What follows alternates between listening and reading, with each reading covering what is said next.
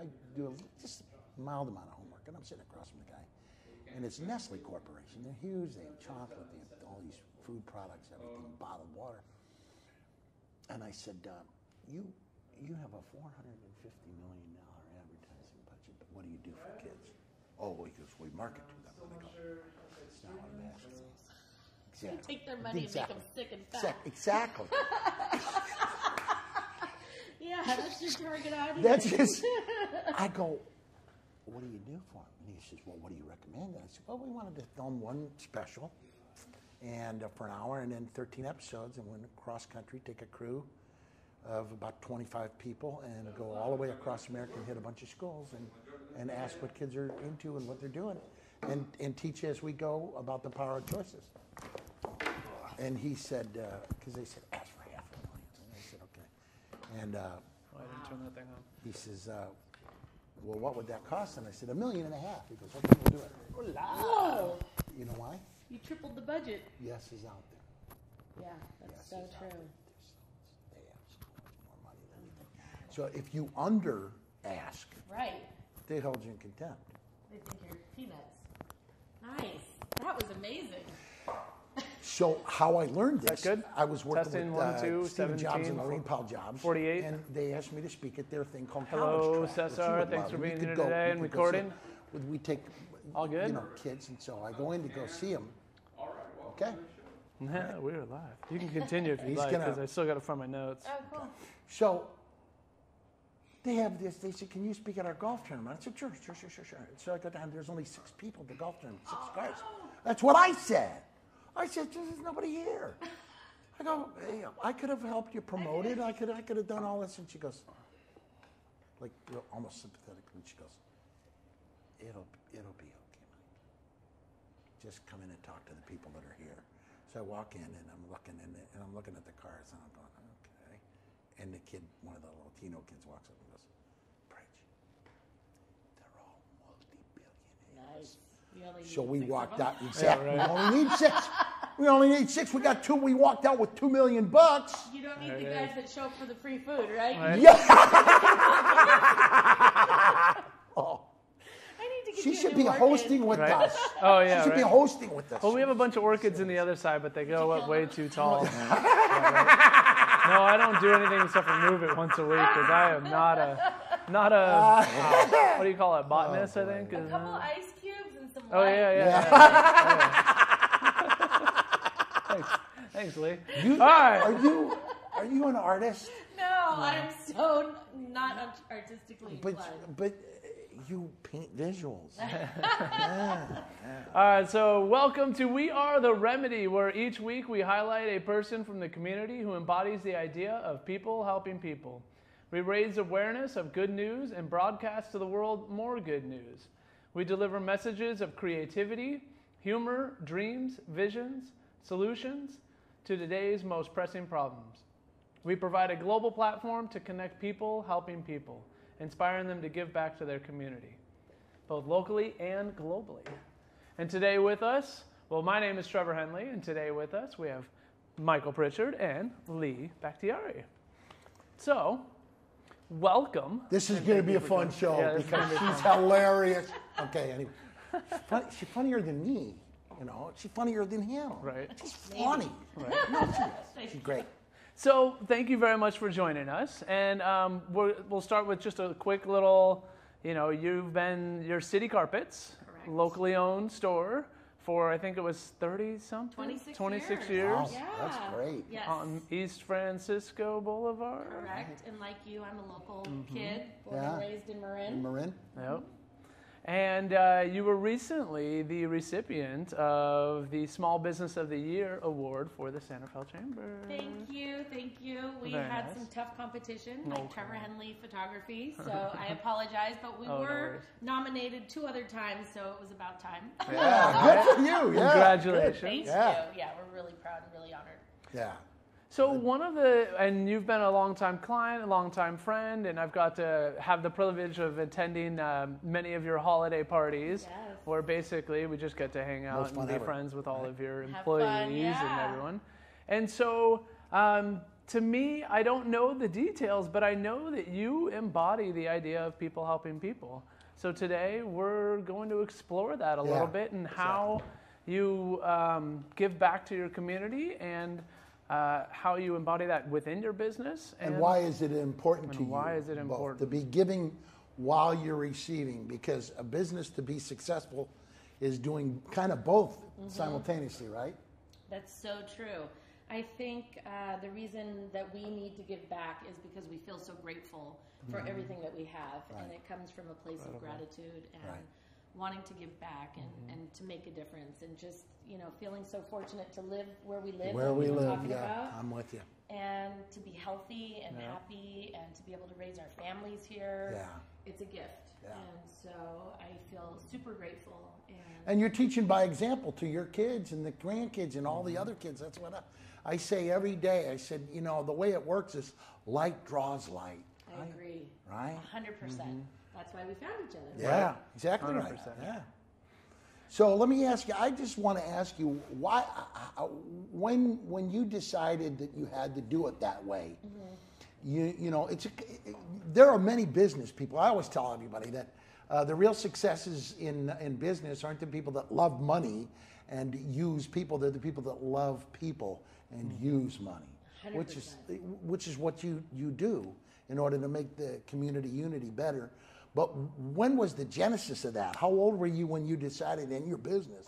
I want to say that we started right away being super generous, but that's not how it works. When you're in business for yourself, let's face it, you've got to make money and you're working hard. And when you're a small business owner, you're working 7 days a week, all hours of the day, and you're raising a family, and it's really, really tough. But one day, this lady came into my store, and she wanted help with a project called the Gilead House in Nevada. It's a home for women, and I knew nothing about it, and we started talking. What do they do at Gilead?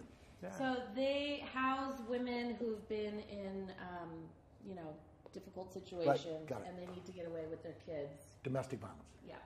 And so I didn't know this lady from anybody, right? But something spoke to me, and I was like, God, I really. How did she find you? I have no idea. She just walked into our store.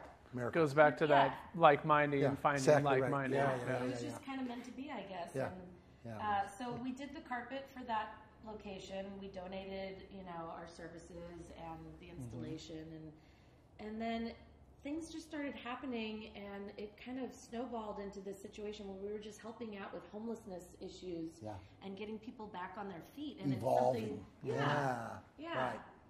So I have a really kind of sad story. A very good friend of ours, her son and our son worked together, and he was shot and killed. And our friend Miriam has dedicated her life to helping homeless people. Right.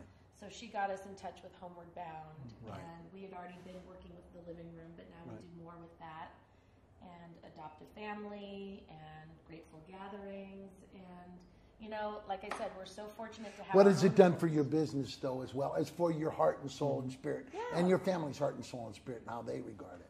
Yeah. So for our business, this is something where you start to get everybody involved, right? You talk to your employees, you talk to your installers, you explain why these things are important, and then the next thing you know, everybody's kind of pulling for that. Right. And that good energy just emanates, and it goes out into society, and it goes out into our community. And, and then people kind of see what you're doing, and it makes them feel good, and they want to do business with you, and they want to talk to you about how did you get involved? They how want do I get involved? to do business with people that love and care about their community. Yeah. Right. How do you teach that to the rest of businesses, though, Leigh? That's my big thing is you want to tell them that this is actually how it works.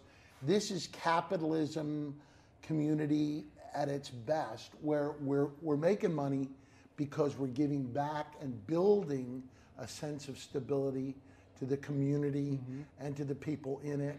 And people don't they notice? They do. Don't you think people notice? I do. I 100% do. And, we're part of this really cool carpet co-op. It's a bunch of independently owned carpet stores throughout North America and Australia and other areas, Canada. And one of the programs that they've taken under their wing is Building for America's Bravest, which is the coolest group. We build smart homes for catastrophically injured service people. Right. Oh, We're talking about people who have lost limbs, who Right.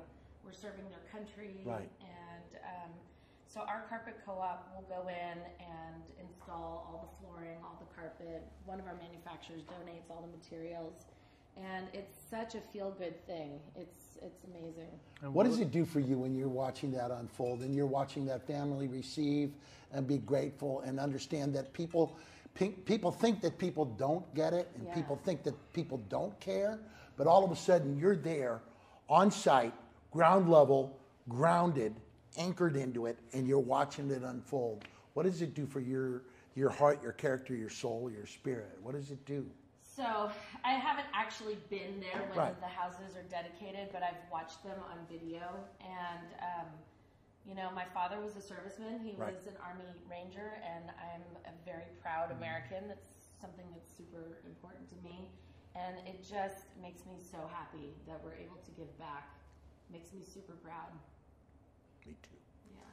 So when you notice that that's unfolding, it's like when I first met Trevor, and he was a young man, and he was on the show, and the wisdom that was coming from him when he was young, I used to sit there, and I still do with the kids. I work kindergarten to college, and I see these young people that are so deeply sold in the importance of community, unity, love, compassion, connection, sacrifice, caring, that I wonder how do we because we need to give them jobs, but we also need to give them perspective of how important that is. Mm-hmm. And some folks arrive with it, like Trevor did, like you, I'm sure, did, and with an attitude of gratitude in this latitude, and and you figure, but how do you teach it to the disconnected?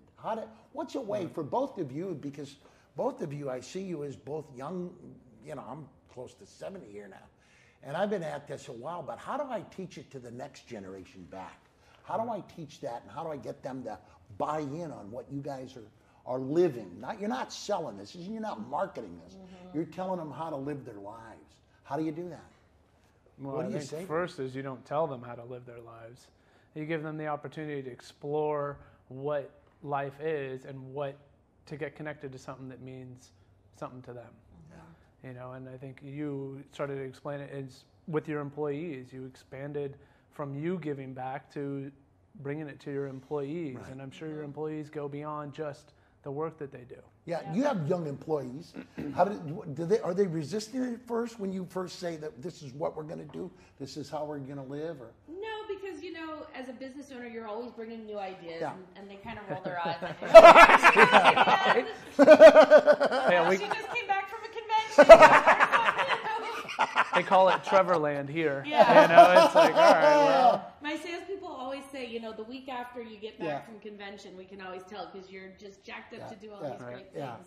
But, I have 5 kids of my own, and I think, like Trevor said, you don't tell them. You have to show them. Right. And it has to mean something to them on some level. The best sermon is a good example, right? Yeah. Absolutely. How do you maintain yourself during that? I mean, you go through doubt, both of you. I'm sure you go through doubt. You're like going, look, I'm not, because you can constantly compare yourself because it's capitalism. Somebody else's business doing better. Mm-hmm. How do you stop yourself, pump the brakes, and go, this is what I'm supposed to be doing? How do you do that? I think as a business owner, you're always doubting yourself, right? There's always something, and as a parent, you're always being told that, there's always somebody that's mad at me, so I get on any given day, I'm the worst mom in the world. I love you. I don't know. I don't think you ever get over that, right? I think it what pushes us to keep going. Yeah. I mean, I know one of the things that we don't do and I don't do, and I'm learning to do more, is celebrate successes. Right. Right? No matter how, hey. Why is that so important, Trev? Well, I mean, I've had multiple times in my life where I should have perished. I think it's 7 that I can remember. Yeah. So waking up in the morning and going, hey, I'm alive. Yeah. I got a shot. Hey, let's start there, right? I mean, it's all. I've heard it before, but it's all gravy at this point. You know, it's like, hey, I lived past 32, and so it's just. But it's just a reason. You just need to celebrate the successes, celebrate the things that are going well, celebrate the fact that we have friends, that we're alive, that we're doing business. Yeah. It's always tough because as motivated people, you know, once we achieve something, I'm sure you're the same way. That's now a thing of the past. Like, here's my next goal, here's my next goal, here's my next goal. And so I think it's just starting with simply celebrating. So here's my question to both of you, because, you know, I'm engaged completely in this conversation because I'm trying to teach as I go along, and I'm trying to learn from your generation how to next address. Time magazine recently had an article in it about why is America so angry? Why is America so angry? We have the highest levels of successes.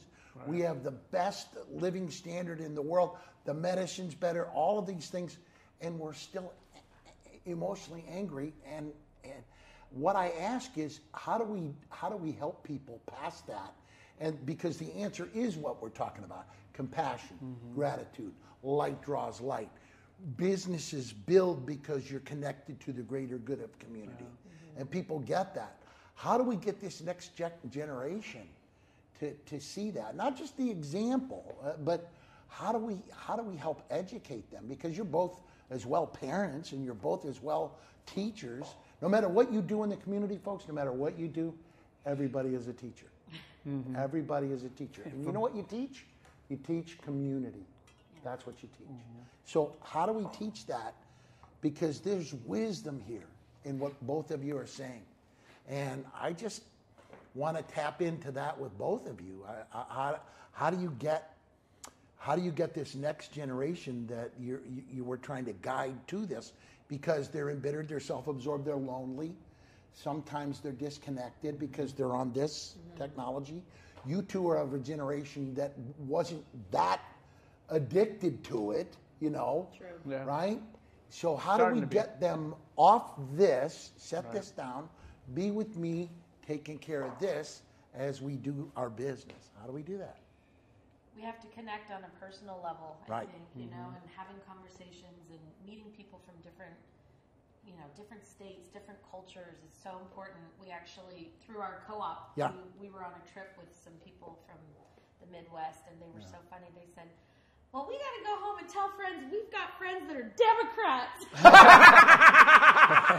And, you know, my husband's name is Hussein, and he's from Iran. Yeah. And they said, and we got a friend named Hussein from Iran. And I was, you know, we were dying. It was so funny because they were laughing at themselves, understanding that, hey, we have more in common than we ever thought we possibly could. Right.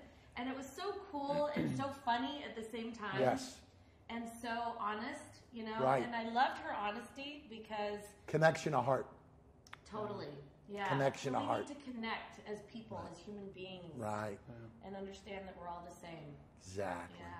Trev, what did you learn? 20 years ago, we did a show called Saving Our Schools from Hate and Violence. We did this on PBS. You were on the show as a young student at Santa Fe High. What have you learned in this 20-year journey that we're at now? What have you learned that has made you be the kind of business operator that you are? And you brought a brilliant guest on today, I have to say. Hilarious, funny, kind, smart, wise. Embodies the idea of people. Yes, exactly. Exactly right, Yeah, I mean, it goes back to the personal connection. It's like I've got friends and colleagues who dwell on what's not working. Wow. And it's because that's what we're used to. I mean, that's the whole thing with the news. Everything's negative. Everything bombards you with, hey, you're not good enough. You're not sexy enough. You're not smart enough. Or, hey, this is happening, evil in the world, right? Right. And it's... What does that do to how does that beleaguer people? Well, I think it keeps them shut down. I mean, I think it keeps it so they're afraid to reach out because if you reach out, you're going to get hurt, according to the world. Right? But it's totally not true. I mean, I know that when I've reached out in the most desperate times, someone was there to give me a helping hand up. Not everybody was there, but someone was there to give me a helping hand up, and people that I didn't know or family. Or expect, right? Yeah. Jump and the net will appear sometimes, right? Jump and the net will appear. Yeah. But so, you know, picture this. The both of you have been raised in this community, and you're connected to the greater good of the community. And there's a whole generation of young people going away. And this has been my big dilemma, because a lot of the times I work with the expatriates of Marin County, and a lot of our youngsters, and this is a big fear of mine, that our youngsters are going off to some of our schools and they get lost. Yeah.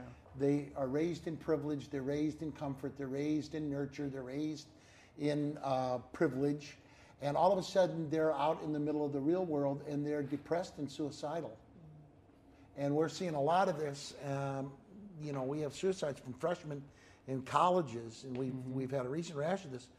How do we help them here to remember when they leave here that home is that place you go where they have to let you in, and that's Marin County. We welcome you back, but we welcome you back as a person who's a resource, and you're helping us build and build and build. How do we get there, guys? You're both smart. I know that. You're both very brilliant and charming. Boy, Yeah. you just threw a Yeah, curve right? at us, huh? That's a major issue. First of all, it's really hard to come back to Marin County as a young person, even if you make it through college and you're able to get a job. I mean, it's expensive to live here. Right. And it's getting harder all the time. Right. How do we make people feel welcome back at home? That's a great question. I mean, I know in our family, we have so many people in our family that it's, you know, it's a little bit easier because there's always somebody at home. Why is it so good to have that extended family and celebrate extended family like that? Why is that so important? We do. I mean, family is what keeps you going, you know, and your family is not just people that you were born into. It's people that you hold really close to your heart and people that you welcome into your family. Right. So well put. So well put. When it becomes your entire business is your family. All the people in your business is your family. Right. I'm sure not every one of your clients is family, but a lot of your clients become family. Totally. Right. You know, and it's a matter of connecting on that personal level.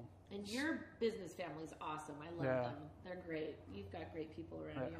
So it's the anchor and then the sail. Yeah, the anchor is the family. The sail is being involved in capitalism that's connected to the greater good and arriving in safe harbors of your heart. And I think that one of the things that I guess I've learned as I travel, and I mean I travel all across America and all around the world, and when I come back here and I come across the Golden Gate Bridge and I just think home, home, and I think more instead of home, which is a location, I think family, which is home as well. And so how do we teach this next generation to set that technology down and start building that sense of home inside themselves, right? How do we do that?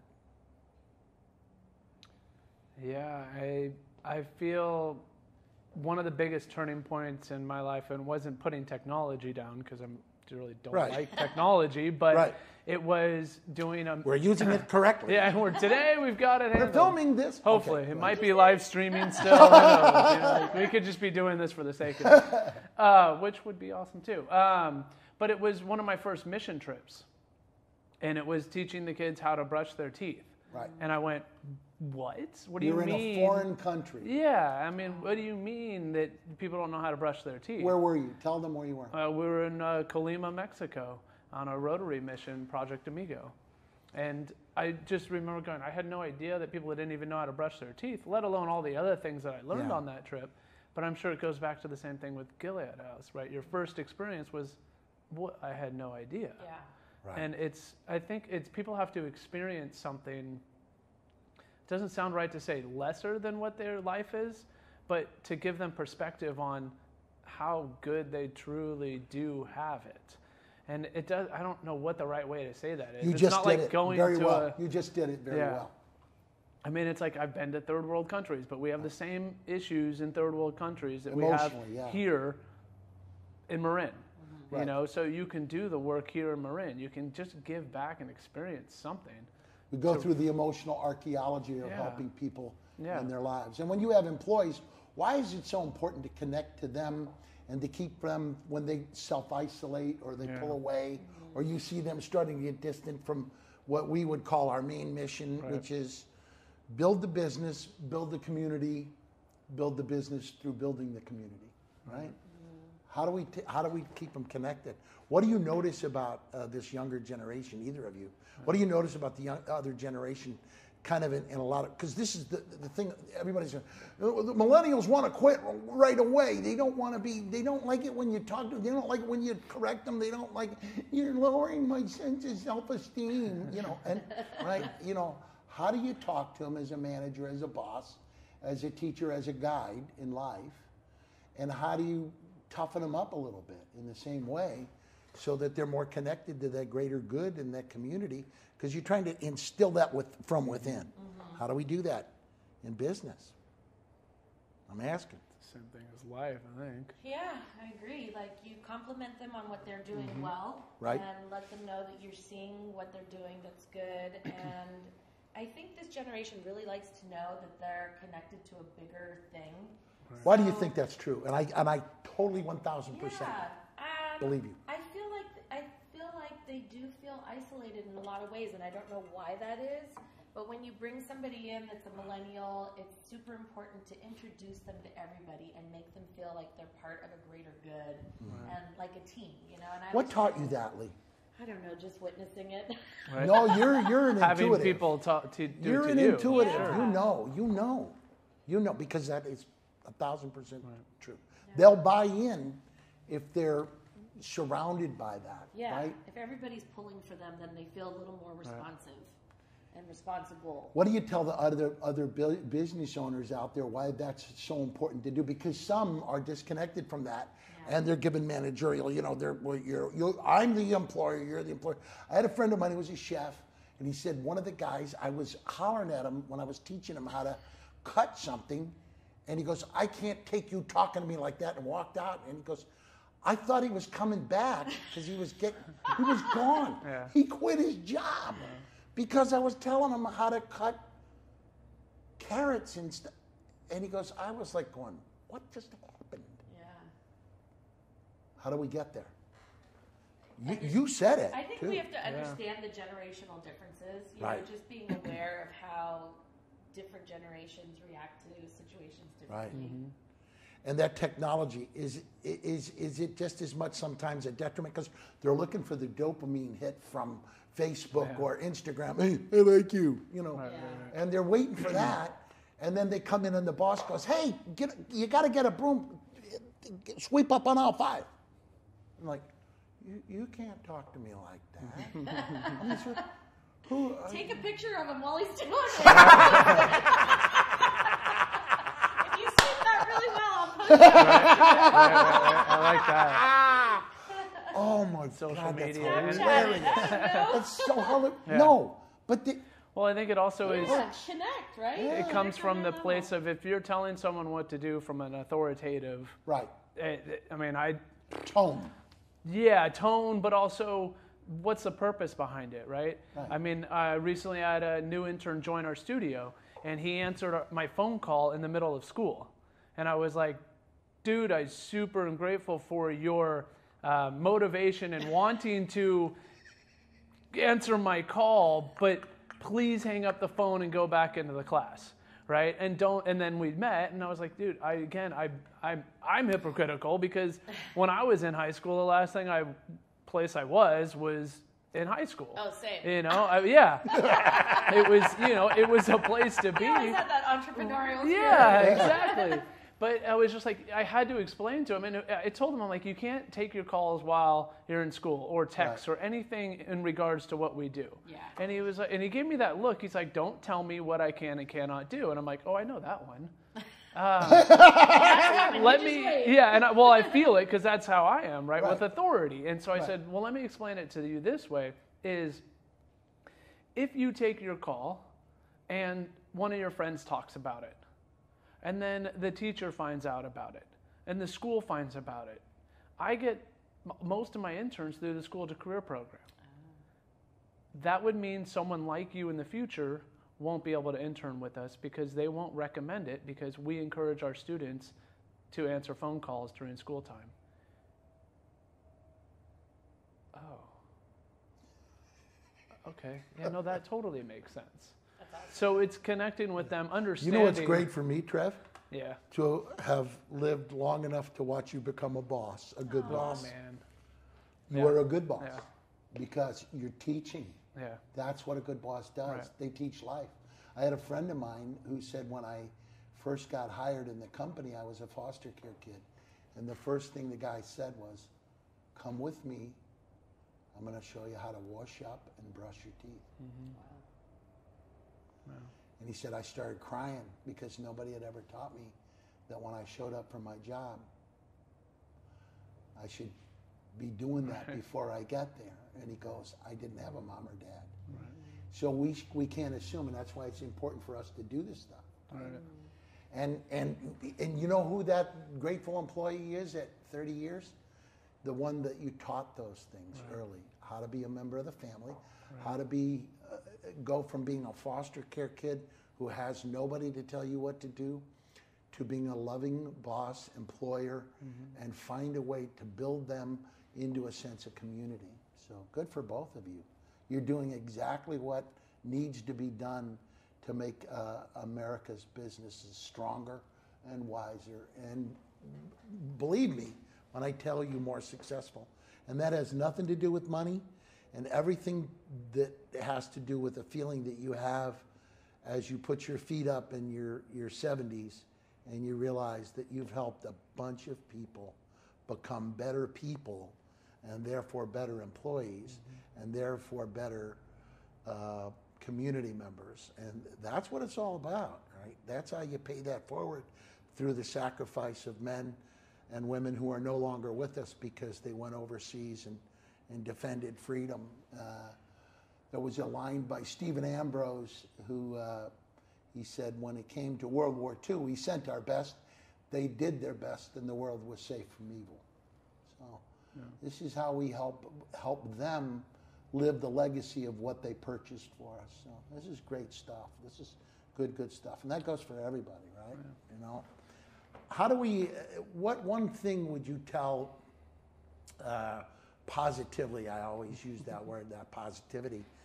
What do you tell our community members of why to employ people who you might have to get past the hump of teaching them until they become the employee you need? But why is it so important not to let them disconnect or you disconnect from their full employment? How do you do that? You guys are both smart. It's Keeps telling us we're smart. Yeah, I mean, hey, way to go. Yeah, I mean, I don't. The easiest thing that comes to me is, you know, they all goes back to family. They're all family, whether they're new and they're not family yet. You still don't know their last name, or my admin I've known since she was 2. You know, and it's being able to experience life with them, not at them. Or emotional intelligence. Yeah, it's not family yet, but will be. Yeah, right. Great title of a book. Yeah. Not family yet, like but will be. Yeah. So, do you have? Yeah. Well, I think for me, it's about surrounding myself with people that I see being part of my tribe. You know, and seeing the value in investing in somebody. And what a great line. It's pretty cool when you spend the time and you see changes in somebody and how they blossom into themselves. Right. And you're a part of that, and it's pretty cool, you know? Yeah, it is. It's like having kids, kind of. Yeah. In a way. Of all ages. Yeah. Yeah, and you know, that can be a senior employee as well. Oh, yeah. Some of the seniors are depleted from love. What I try to tell everybody is when I try to get people to hire parolees, and they've been in prison, and just the gift of getting that person that second chance is one of the great gifts of all time, because what they're seeking more than anything else is, and they can't explain it, the early childhood trauma that caused the pain, that caused the anger, that caused the violence, that got them into prison. Now depleted by the loving comfort, nurture, and respect and inclusion of a company that goes, okay, here's your shot. Here's your shot. Come to it, help us. And then you watch them blossom and nurture, and that second chance at life becomes just as much a reward to you and your business as it does to the person who's redeemed themselves, right? Yeah. Well, I know we got to wrap this up. Yeah. So we're at that half-hour mark. Awesome, kiddo. Leigh, thank you very much. Thanks for asking me. What would you, I'm trying to even think of the question, but what would you say to someone else on how to embody the idea of people helping people? You know, it can just start super small. You don't have to do something amazing. You don't have to do something large scale. Right. Just having a little more kindness towards somebody. I mean, this sounds so cliche, but No. letting somebody cut in front of you, smiling at somebody at the supermarket just for the sake of it, complimenting somebody, just noticing when somebody does something right. It just starts small and it builds and it becomes second nature, and then it gets bigger and bigger, like you said. Yeah. You don't even notice it. It just happens. It unfolds, doesn't it? Yeah. It endures. Awesome. Well, thank you very much. Thank you Trevor, for joining thank you, us folks. today. You guys were both awesome. I gotta say, that was a great conversation. No, you got it was a great conversation for me because I'm doing this every day, teaching every day, and you guys both very much helped me into this next millennial generation to be able to teach. So it's good. Thanks. Well, and always thank you, Michael, for being an ongoing inspiration for not only the last 20 years in my life, but 30 years for me. oh, see, there we go. Awesome. Well, we'll see you next week on We Are the Remedy. And until then, go out, enjoy, give back, say hello, smile to someone, and let's have some fun. See you next week. Thank you.